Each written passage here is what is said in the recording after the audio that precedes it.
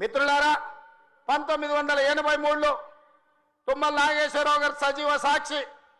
ఆనాడు అన్న పెద్దలు నందమూరి తారక రామారావు గారు యువ న్యాయవాదిగా జగిత్యాలలో న్యాయవాది పదవిని బాధ్యత నిర్వహిస్తుంటే పిలిచి భుజం తట్టి నీకు ఎమ్మెల్యే టికెట్ ఇచ్చి నీకు ఎక్సైజ్ శాఖ మంత్రి ఇస్తే సంవత్సరం తిరిగే లోపలనే అన్న ఎన్టీఆర్ను వెన్నుపోటు పడిచి నాదెండ్ల భాస్కరరావుతోని జట్టు కట్టిన నువ్వు నాదెండ్ల భాస్కరరావు సోపతిని వదిలి కాంగ్రెస్ పార్టీలకు వచ్చి 40 సంవత్సరాలు పూర్తయింది.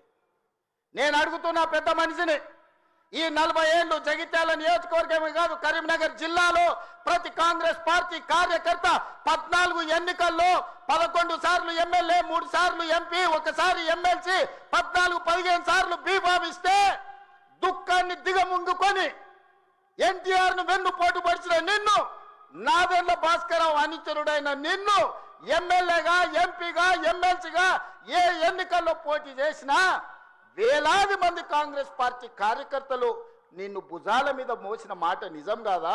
పల్లకిలో అసెంబ్లీకి పంపిన మాట నిజం కాదా? మిత్రులారా, 40 ఏళ్ళు నీ కోసం, నీ పదవి కోసం, నీ కుటుంబంలో జడ్పీటీసీ, ఎంపీపీ ఏ పదవి వచ్చినా నీ కుటుంబానికి ఇచ్చుకున్నా జగిత్యాల కాంగ్రెస్ పార్టీ కార్యకర్తలు మౌనంగా నీ కుటుంబానికి ఊడిగం చేసిన మాట నిజం కాదా?